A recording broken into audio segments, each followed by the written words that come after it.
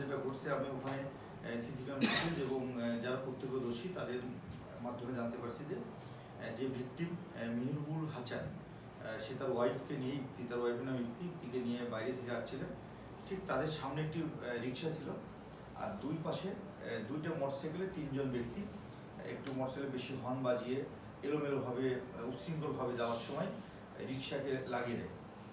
রিক্সাকে যখন ধাক্কা দেয় রিক্সার যে চালক সে নেমে এসে ওই মোটরসাইকেল আরোহী একজনকে এসে একটা থাপ্পড় দেয় এবং তার কলার চেপে ধরে।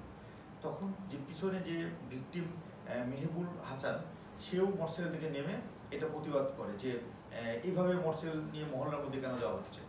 তো প্রতিবাদ করার পরে এই বিষয় নিয়ে যখন প্রতিবাদ করে তখন তাদের যে যারা সন্ত্রাসী কার্যকলাপ করছে তাদের একটি মোটরসাইকেল দুজন ছিল, তার একজন ফোন করে তাদের আরও সহপাঠীদের সংবাদ দেয়।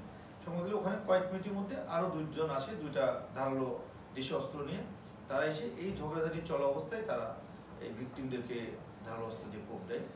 তো প্রথম যে মোটরসাইকেলটাকে চড় মারছিল সেই আসামিকে রক্তাক্ত অবস্থায় আটক করেছি। আমরা আমাদের টহল টিম পাশাপাশি ছিল, তারা আটক করছি স্থানীয় জনতার সহযোগিতায় এবং তাদের বরাদ দিয়ে আরেকজনকে আটক করা হয়েছে। মোট দুইজনকে আটক করা হয়েছে। অভিযান অব্যাহত আছে, আমরা ইনশাআল্লাহ বাকিদেরকে গ্রেপ্তার করতে সক্ষম।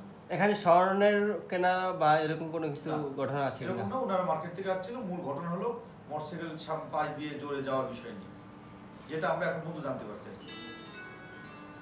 মানে মোটরসাইকেল, তাহলে ওনারা কি রিকশায় যাচ্ছিলেন? রিকশায় যাচ্ছিল ভিন্ন ব্যক্তি।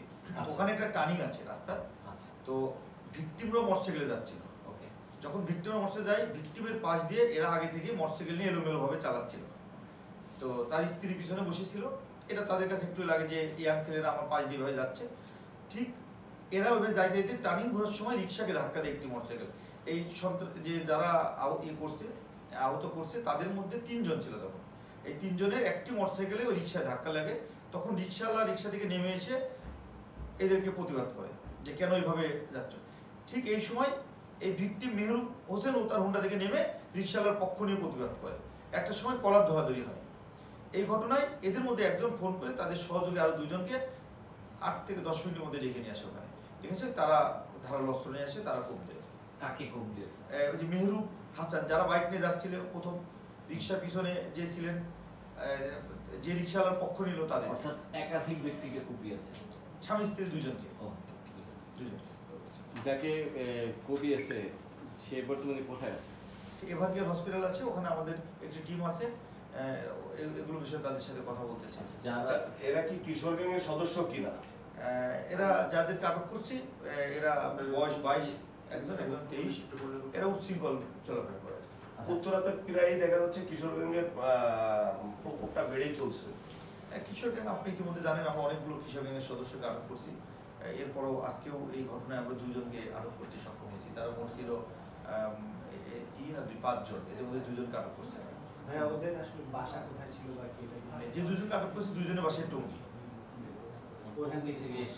বাকিদের ব্যাপারে আমরা যেহেতু অভিযান অব্যাহত আছে, বিষয়ে আমরা কোনো তথ্য দিতে পারছি না। এই ঘটনায় কোনো মামলা বা অভিযোগ হয়েছে কিনা? এই ঘটনায় কোনো মামলা বা অভিযোগ এখন পর্যন্ত আমরা মামলা প্রক্রিয়া দিই।